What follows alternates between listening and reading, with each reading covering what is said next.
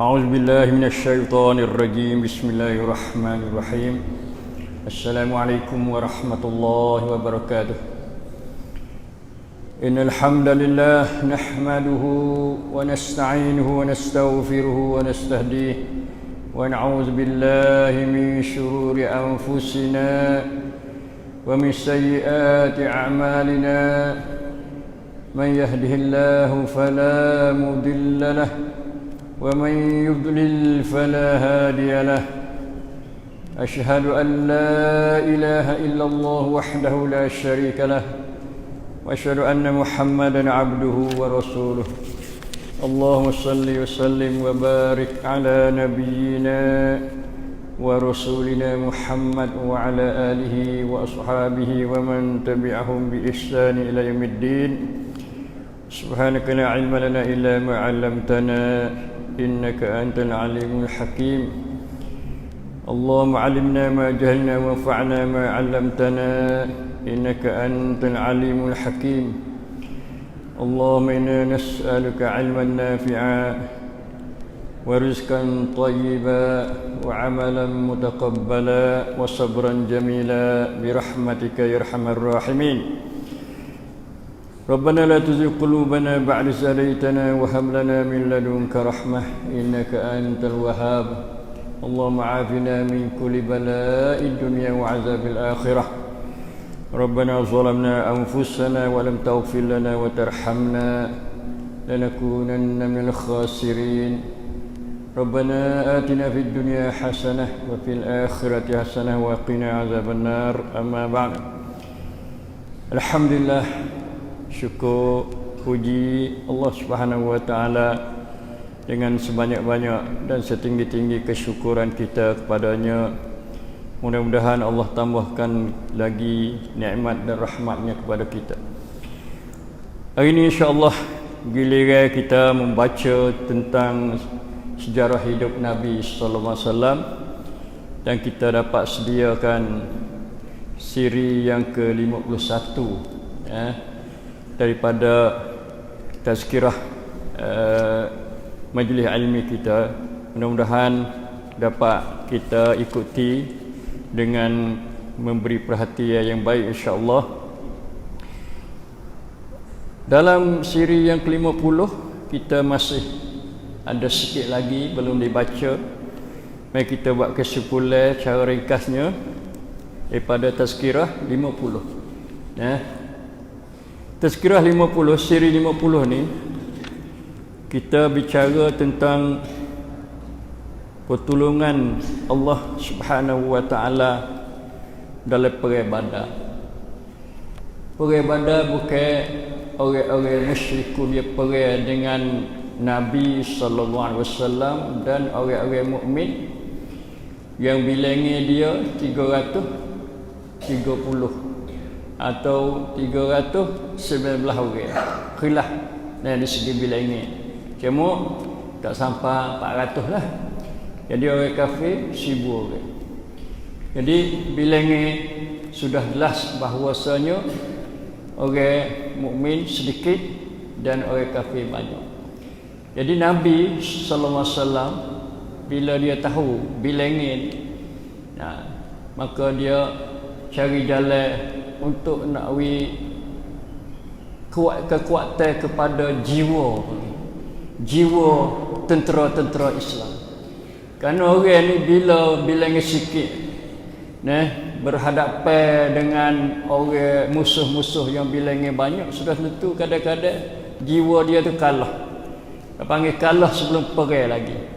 Oh banyaknya kerja kita sikit. Itulah di antara sebab yang Nabi sallallahu alaihi wasallam dia berusaha cari jalan untuk nak semangat, tinggi, kuat kepada tentera-tentera orang-orang Islam dalam peperangan Badar ni. Lalu Nabi sallallahu alaihi wasallam dia menghadap kiblat dan dia berdoa ke tangan dia, dua belah tangan dia, doa kepada Allah Subhanahu wa taala. Yang maksud dianya iaitu, ya Allah luluskanlah apa yang engkau telah janji kepada aku. Gapo yang Allah janji pada Nabi sallallahu alaihi wasallam? Janji nak beri pertolongan. In tansurullah yang surkum.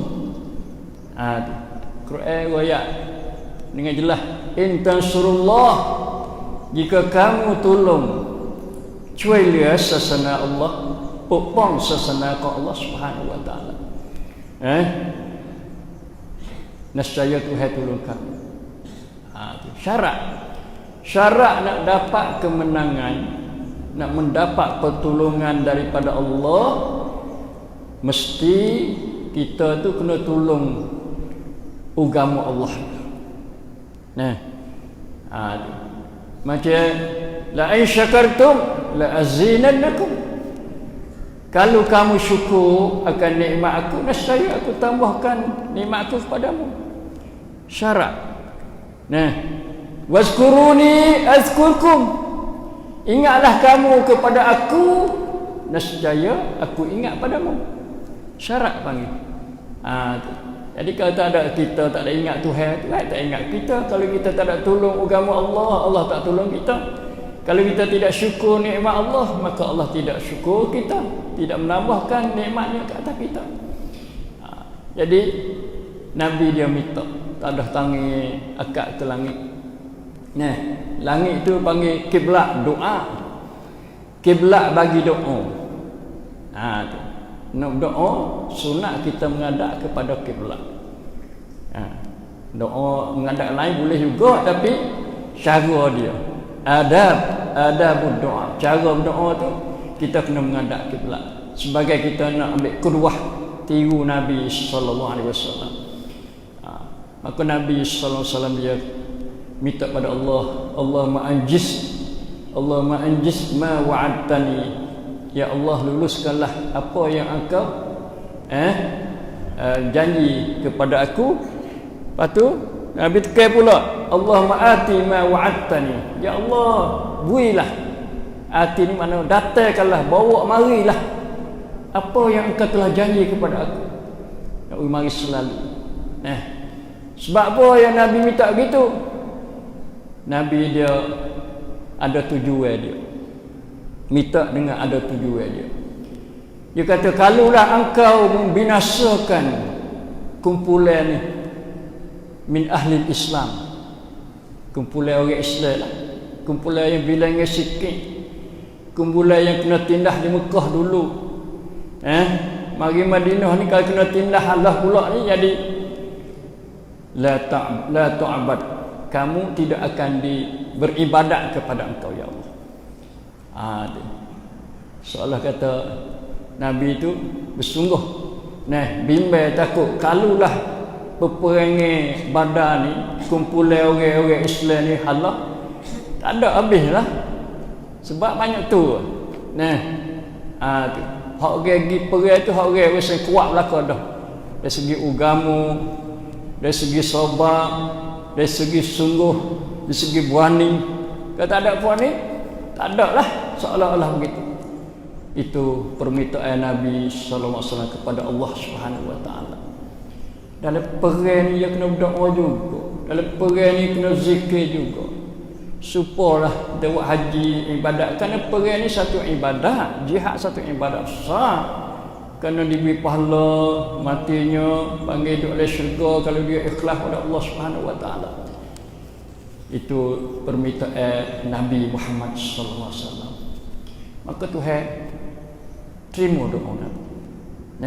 Terima doa Nabi dengan mengirim bantuan bagi sungkon cuilia pada Nabi. Gapo pertolongan Nabi? Pertolongan kepada Nabi daripada Allah Subhanahu wa taala, iaitu Tuhan hantar malaikat.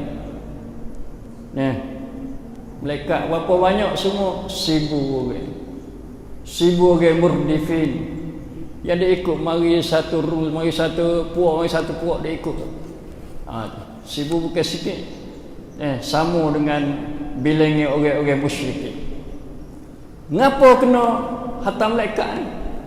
Apa boleh kena hantar malaikat? Tujuan apa? Apa hikmahnya? Itu besar, ni persoalan besar.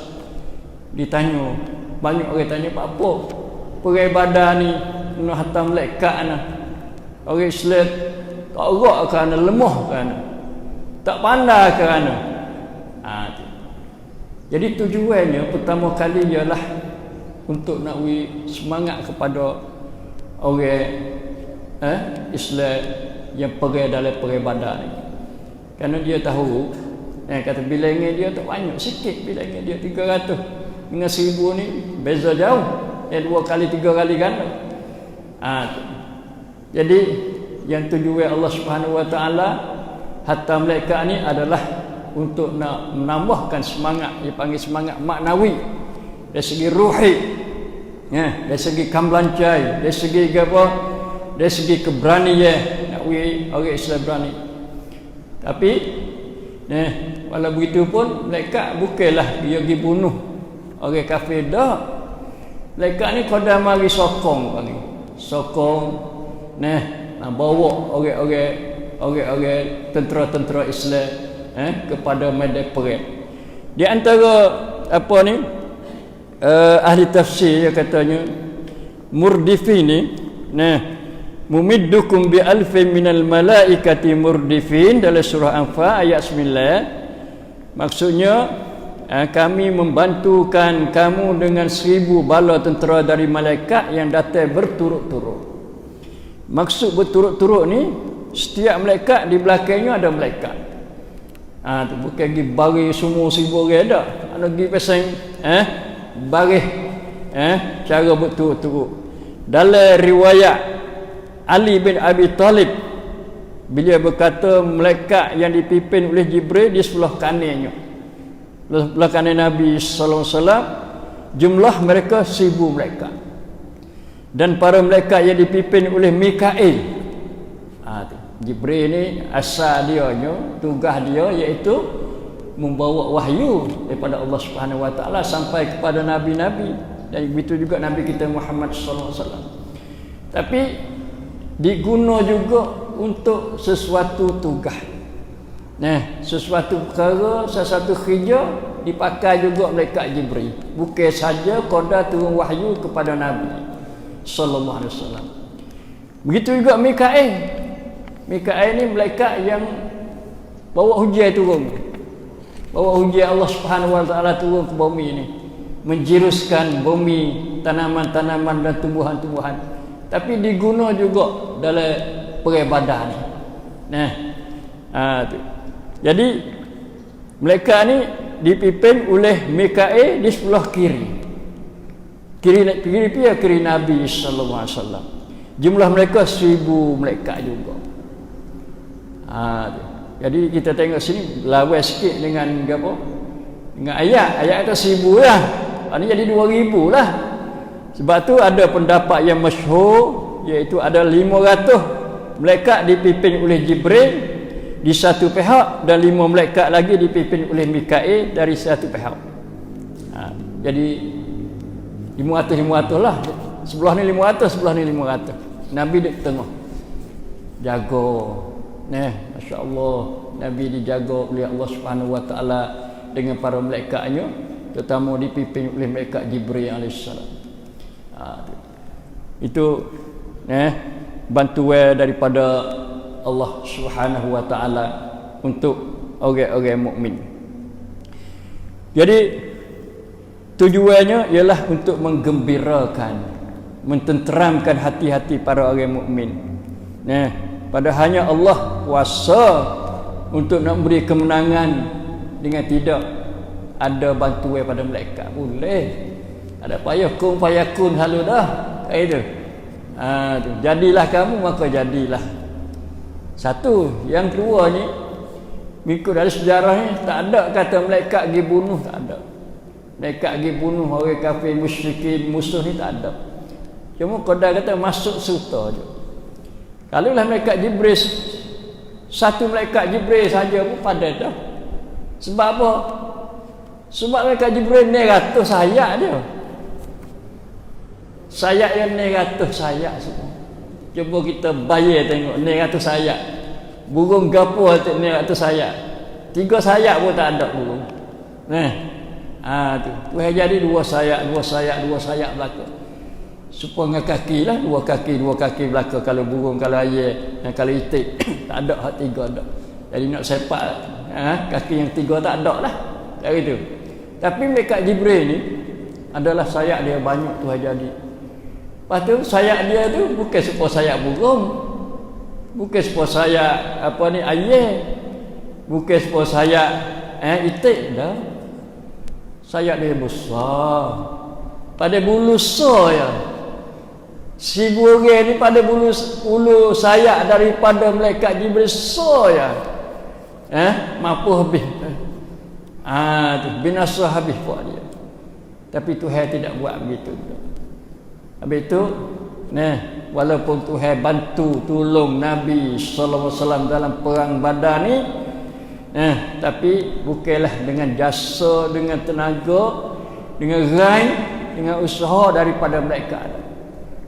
Cuma malaikat ni mari bantu, mari menyertai, mari suam dengan orang-orang Islam yang dipimpin oleh Nabi sallallahu alaihi wasallam untuk nakwi ketenangan kepada orang-orang mukmin supaya hati dia tak takut, tidak gemetar dan tidak mundur daripada medan pertempuran perang Badar ni. Jadi kejadian ini semua tu telah disebut dalam Al-Quran Karim dalam surah Anfal. Baca surah Anfal temulah peristiwa berlaku mengenai akan perang Badar ni. Dalam hadis kita dapati Nabi sallallahu alaihi wasallam ada menyebut Nabi ada sebut tentang para malaikat dalam perang Badar. Penyertaan kau ruam kong malaikat naik sungkrang Badar. Setengah padanya iaitu hadis yang dicatatkan oleh Muslim yang bermaksud dia ketika seorang daripada orang-orang Islam pada hari perang Badar sedang bersemangat mengejar seorang musyrikun di hadapan. Ketika itu ia mendengar pukulan jamti ke atasnya. Jamti ni minyak. Supaya ambil ekor lembu tu. Dia buat ekor lembu roda katak. Dan pekuda berkata, maralah wahai Haizum. Jadi Haizum ni nama kuda bagi malaikat Jibril. Ini riwayat Muslim lah, hadis sahih tu. Orang lelaki itu melihat ke arah musyrik di depannya, rebah. Pada pihak gitu lah, tak apa mati dah lah. Tu. Dalam keadaan terlentang, hidungnya telah luka dan wajahnya terbelah seperti habis kena pukulan jamti itu. Dan seluruhnya menghijau. Jadi muka dia dihijau. Tu muka hijau, jadi takut, sakit lagi. Lalu datang seorang Ansar memberitahu hal demikian itu kepada Rasulullah sallallahu alaihi wasallam. Ini riwayat pada Nabi. Kejadian yang pelik dalam perang Badar ni, maka baginda bersabda, telah benar engkau yang demikian itu adalah daripada bala bantuan dari langit yang ketiga. Tuhan hantar malaikat yang berada di langit yang tiga tu mari serta dalam perang Badar ni. Masya-Allah. Allahu akbar, Allahu akbar, Allahu akbar, walillahi hamd. Cuba kita tengok. Tentu lalu langit yang tiga Nabi kata. Ni Nabi kata sallallahu alaihi wasallam. Bukan cerita orang ahli sejarah kata dak. Nabi kata dalam hadis Muslim. Pada hari itu orang-orang Islam datang membunuh musuh mereka seramai 70 orang dan dapat menawar selama 70 orang juga. Riwayat Muslim nombor 1703. Itu kesimpulan daripada daripada kejadian yang berlaku dalam perang Badar yang dibantu oleh Allah Subhanahu wa taala dengan malaikat. Ada riwayat Hakim riwayat Hakim. Riwayat Bukhari dulu, kita tengok Nabi sallallahu alaihi wasallam berkata pada perang Badar, ini malaikat Jibril. Nabi tahu. Ia sedang memegang kepala kudanya, di atasnya ada alat perang. Ada alat bawa alat juga. Nah, dalam riwayat lain Jibril datang kepada Nabi lalu ia bertanya, apakah kamu hitung ahli Badar dalam kalangan kamu? Munafik lagu mana? Ahli Badar ni setara mana dia? Kebaikan dia, kelebihan dia setara mana? Atau orang tak molek, orang tak pakai, tak guna? Maka Nabi jawab, mereka sebaik-baik orang Islam. Sebaik-baik orang Islam. Orang masuk perang dalam perang Badar ni, Nabi terwa pin kunti di tisut. Pin kunti prasa tisut. Kun Islam ti prasa tisut. Yang demikian juga para mereka yang mencari perang Badar adalah mereka yang terbaik pada masa itu.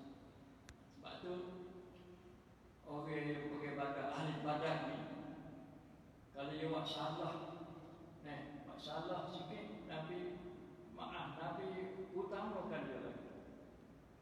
Satu masa seorang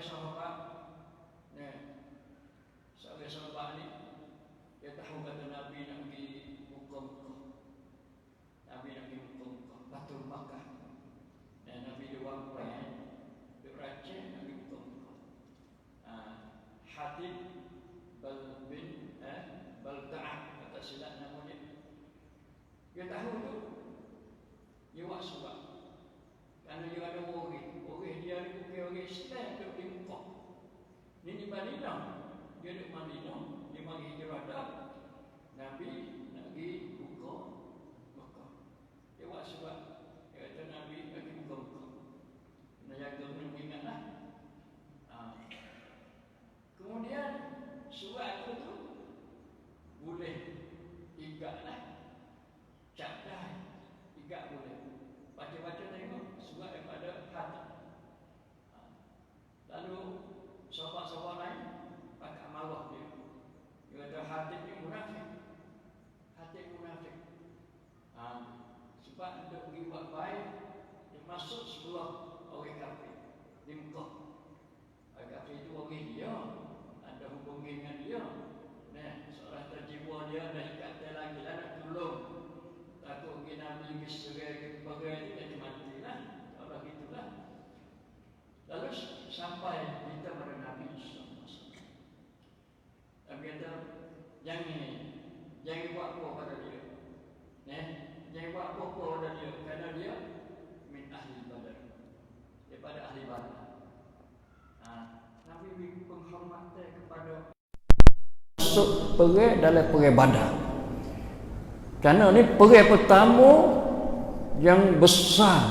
Habis tu dipanggil Ghazwatu Badr Al-Kubra. Al-Kubra makna perang Badar yang terbesar. Perang Badar yang ada dua. Satu hak sugra, hak awal-awal, hak aluh.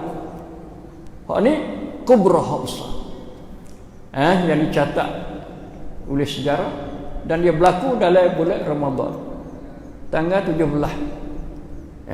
Yang kita panggil kata nuzulul Quran. Yaumal taqal jam'an. Yaumal taqal jam'an, hari jumpa dua kumpulan. Somput mencerkan gapo paktakan lawan, iaitu orang Islam yang dipimpin oleh Nabi sallallahu alaihi wasallam dan orang kafir yang dipimpin oleh Abu Jahal. Sebab tu Nabi jawab kata sebaik-baik orang Islam iaitu orang yang menyertai dalam perang Badar. Hakim meriwayatkan bahawa Zubair pada perang Badar beliau mempunyai serba warna kuning. Zubair. Zubair seorang sahabat. Beliau mempunyai serba kuning untuk pukul dengannya. Supaya untuk katak tu ya, bukan pakai dak, untuk katak tu godel. Supaya rati pedai tu. Lalu turun malaikat para malaikat atas mereka itu subai-subai kuning dalam rupa Zubair radhiyallahu anhu. Malaikat pun ambil subai kuning juga turun mari. Pakai supaya guna supaya apa? Supaya Zubair radhiyallahu anhu. Itu cerita dia lebih kurang dalam siri yang ke-50. Maka kita mari tengok siri yang ke-51 pula. Siri 51 kita menguatkan dalam siri ini mengenai satu orang Islam mendapat kemenangan yang cemerlang, yang molek lah. Yang keduanya kita catatkan menguatkan masalah pembunuhan Abu Jahal laknatullah alaih. Bagaimana Abu Jahal kena bunuh? Tu. Yang tiganya mayat-mayat kaum Quraisy dan tokoh pemimpin mereka. Ini tanah mana tahu mana. Ini tiga perkara yang kita nak bincang dalam siri yang ke-51. Pertama, orang-orang Islam mendapat kemenangan yang cemerlang dalam perang Badar. Kerana Allah Subhanahu wa taala memberi kemenangan kepada orang mukmin dalam perang Badar, mereka dapat membunuh orang-orang musyrikin seramai 70 orang. Dan dapat menawan tangkap seramai 70 orang. 70 sama 70. Jadi 140. Semua.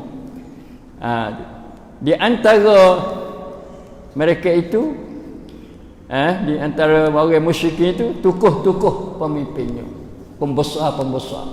Buat debat-debat. Buat debat-debat saja. Seperti Abu Jahal,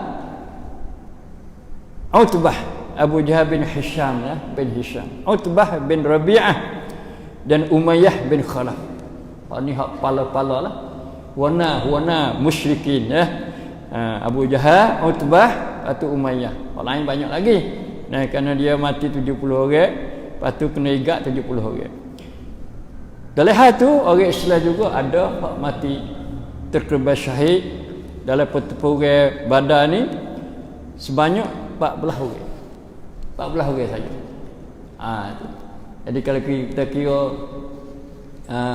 persen itu dekat-dekat dah. Hak ni 1000 orang, 70 orang. Hak ni 300 orang, 14 orang. 6 orang daripada Muhajirin daripada Mekah. Dan 8 orang daripada Ansar. Orang Ansar lebih banyak mati terkebal syahid dalam perang Badar ni.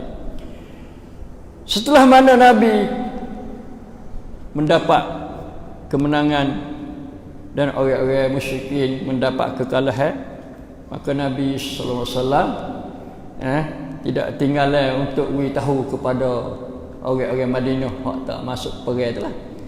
Orang-orang perempuan, anak-anak, budak-budak yang masih tinggal lagi di Madinah, maka dia hantar 2 orang sahabat dia. Satunya nama Abdullah ibnu Rawahah dan Zaid bin Harisah. Hantar pergi ke Madinah. Tu. Zaman tu tak ada telefon, tak ada. Nak ayat tu benda dah weh, telefon dah. Nak hantar line pun tak boleh. Ada masa tu. Kena guna orang. Orang itu sebagai perseni lah. Sebagai perseni, sebagai telefon klik ayat kepada ahli Madinah supaya mereka turut rasa gembira, rasa bersyukur pada Allah Subhanahu wa taala di atas nikmat kemenangan yang diberi oleh Allah Subhanahu wa taala. Maka mereka itu rasa gembira, syukurlah. Jadi lepas ada tu bermeni tu Rasulullah tinggal duduk di Badar 3 hari. Duduk Badar 3 hari. Dalam bulan Ramadan ni cuma kita tak ada temu maklumat lagi katanya orang Islam ni waktu perang dia puasa ke atau tak puasa. Tu. Puasa ke tak puasa. Tapi kalau nak tinggal puasa tu ia 2 perkara ya. Dalam Quran. Wa in apa? Wa in kuntum maridan aw ala safarin fa iddatun min ayyamin ukhra. Kalau kamu tu sakit atau kamu tu musafir, hendaklah kamu hitung, hendaklah kamu tinggal puasa. Boleh kamu tinggal puasa, tapi kamu kena hitung hari-hari yang lain untuk qada puasa yang kamu tinggal dalam bulan Ramadan tu. Tapi sejauh kita duk tinjau, duk baca tengok, tak ada temu lagi lah masalah. Katanya orang Islam tinggal puasa kerana perang badar ni. Maka kita duduk situ dulu, duduk kata puasa lah. Kerana puasa fardu, fardu kutiba alaikumus siyam. Hak ni pun fardu juga. Kerana orang kafir mari nak berlawan dengan orang Islam. Jadi Nabi duduk 3 hari ni tujuannya satu, untuk nak kebumikan para syuhada. Nak tani dah lah. Orang mati syahid, nak tani daripada tentera-tentera Islam di bumi peperangan. Tani situ dulu, tak ada buat klik Madinah dah. Tani di Badar selalu dah. Tu. Dan tidak sebut disemaya jenazah atas mereka, dan tidak dikebumi seorang pun dari kalangan mereka di luar Badar. Semua tani di kawasan Kapur Badar tu berlaku. Sebagai satu kenangan. Lah ni ada orang duk ziarah Telaga Badar, ada lagi tak lah, wallahu alam. Di Badar tu ada orang duk ziarah, orang haji, orang umrah sesungguh tak sah tu dia bawa. Nak kenal kata ni tempat dia Badar di sini. Tengah jalan antara Mekah dan Madinah. Yang keduanya, untuk menghimpun dan menjaga harta-harta rampasan. Bila perang ni dia kena, dia kalah, dia kena tinggal lah, atau mati ambil. Harta rampasan ni banyak juga. Pedainya, lembingnya, makanannya, menepihnya, binatang kuda gapo, unta dan sebagainya, itu harta rampasan. Baju besinya. Itu bila jadi harta rampasan maka kena urus, kena berihan. Sab tidak cak sengkram, cak kun satru kena mari urus. Dan Nabi dia serah pada seorang yang beramanah, yang Nabi yakin percaya, iaitu nama dia Abdullah ibnu Ka'ab al-Ansari, daripada keturunan Mazin. Itu dialah orang tanggungjawab untuk mengatur himpun harta rampasan. Ya, ada hukum khas harta rampasan ni. Ada setengah orang tu bila hati dia tak molek, pada perang tu ambil harta tu berkecek belah dah juga. Itu satu masalah dalam hukum fiqh mengenai harta rampasan. Itu panggil satu perkara yang mengkhianat, salah.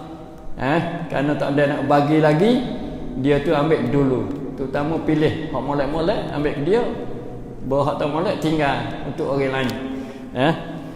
Yang ketiganya iaitu memberi peluang kepada tentera Islam untuk rehat. Untuk rehat. Pokoknya ni penat. Di tengah panah lagi, kalau puasa kata ya Allah penat. Terutama bila ingin sikit kena pakai kain banyak, dia kena tengok musuh dan tengok kawan-kawan, tengok sesama tentera Islam. Dan sebab tu Nabi beri peluang kepada tentera-tentera ni untuk pakpon, rehat. Tu ambil gain sikit, setelah mana mencuruh jiwa raga dalam medan pertempuran, dan juga untuk merawati tentera yang mendapat luka. Kalau mana luka-luka sikit-sikit, boleh wabak patung payaban, boleh di medan perang atau dekat-dekat dengan medan perang, supaya serta menyebut nikmat kemenangan yang diberi oleh Allah yang bukan mudah untuk mendapatnya. Do ingat pada nikmat Tuhan, sebut nikmat Tuhan, syukur pada nikmat Tuhan. Bila boleh mendapat suatu kemenangan, suatu kejayaan, suatu kesenangan, maka kewajipan orang Islam ni kena syukur. Supaya kita ada belajar dah, katanya orang mukmin ni ajaban li amril mukmin. Nabi kata heran, plek cincin ngan khong mukmin. Bila dia boleh kesenangan, iza asabahu sarra syakara, dia syukur, maka dia boleh kebaikan, tidak ada diberi kepada orang lain. Wa iza asabahu darra, bila dia ditimpa oleh kesusahan, kepayahan, ujian, maka dia sabar, dia syukur, dia sabar, maka dua-dua tu molek belaka. Golek kotu pun molek, golek kanan pun molek, golek kiri pun molek.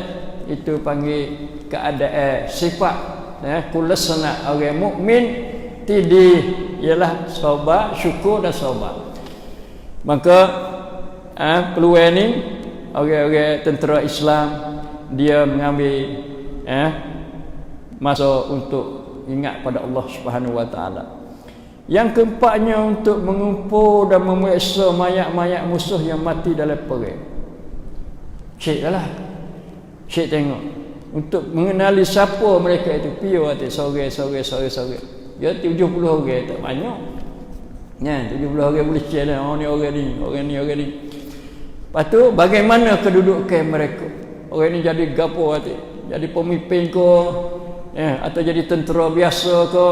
Atau orang biasa dia buat musuh dengan orang Islam di Mekah ke. Orang dia buat nyanyi, buat seksa, rapah harta orang Islam ke di Mekah. Itu masa celah-celah ni 3 hari ni adalah di antara kerjanya untuk cek tengok. Cek mayat-mayat hak mati, musuh yang mati dalam perang Badar ni. Dan juga sebagai nak laporan kepada pemimpin tentera Islam. Pemimpin-pemimpin terutama Nabi sallallahu alaihi wasallam supaya dia tu boleh wangpan masa depan nak jaga daripada serangan-serangan musuh dan kejahatan-kejahatan mereka itu. Di antaranya pemimpin dia mereka itu seperti mayat Abu Jahal yang digelar sebagai Firaun bagi ummah ni. Jadi letak gelaran Firaun. Itu apa ni Abu Jahal ni. Abu Jahal Fir'aun hazil ummah. Fir'aun bagi umat ni, umat Islam zaman Nabi sallallahu alaihi wasallam. Kalau hak nun Fir'aun zaman Nabi Musa alaihi salam. Jadi Fir'aun ni ada semua. Siri-siri panggil apa? Siri-siri tukuh-tukuh jahat, tukuh-tukuh zalim macam Fir'aun boleh gelarlah bagi Fir'aun bagi masa mana ikut generasi mana. Kerana dia sebagai tokoh yang paling jahat, terkenal orang yang bengis, orang yang kejam, orang zalim, maka boleh kita taklah sebagai Fir'aun atau Abu Jahal. Abu Jahal zaman ni, Fir'aun zaman ni, kerana dia melampaui batas-batas Allah Subhanahu Wa Taala. Bagaimana Abu Jahal tu dia dibunuh? Abu Jahal dibunuh ni satu cerita kisah yang paling menarik sekali.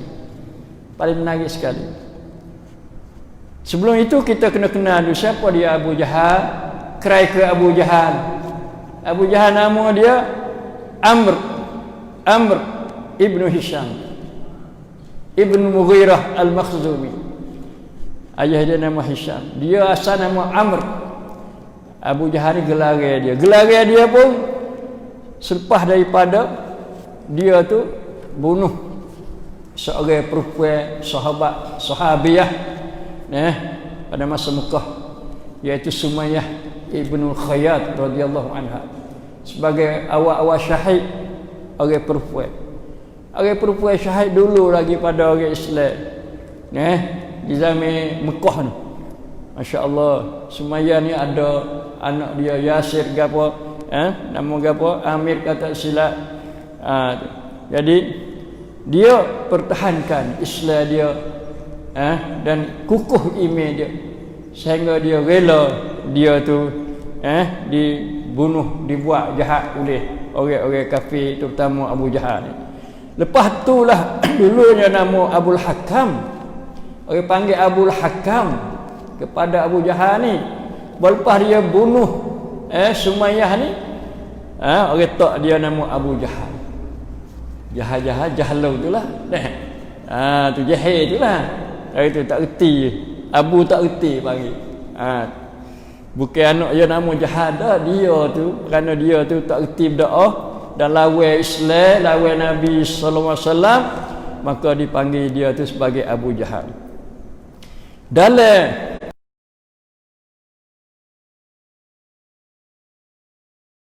ni tersebut dalam Sahih Bukhari dan syarah dia iaitu Fathul Bari bagi Ibnu Hajar. Kita dianya, maksud dianya riwayat daripada Abdul Rahman bin Auf. Jadi Abdul Rahman bin Auf ni dia dapat dalam barisan lah, barisan tentera Islam. Tiba-tiba dia mari budak mari jumpa dengan dia. Dia royak kata budak ni Fataya ni budak muda yang umur putih lagi. Kan nak panggil pemuda tak boleh lagi sebenarnya sebab umur dia 14 tahun, 15 tahun ya. Dua orang ni lebih kurangnya. Mari dia bisik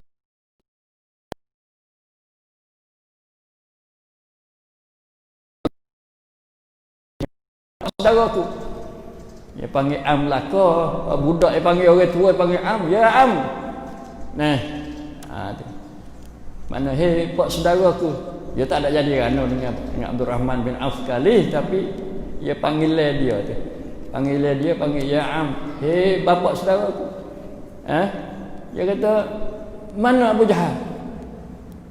Tu. Mana Abu Jahal?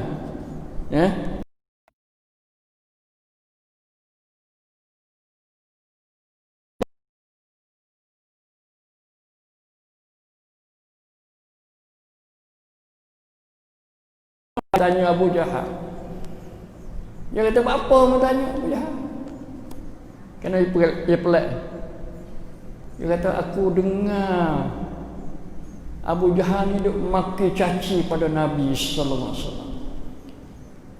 Jadi nak kata budak ni dia titam ikut berita-berita Islam, perkembangan dakwah Nabi sallallahu alaihi wasallam.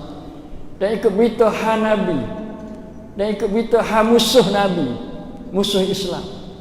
Sebab dia kata Abu Jahal ni ya subuh ni maki lah, kata huduh supaya Quran ada ayat tu lah, majnun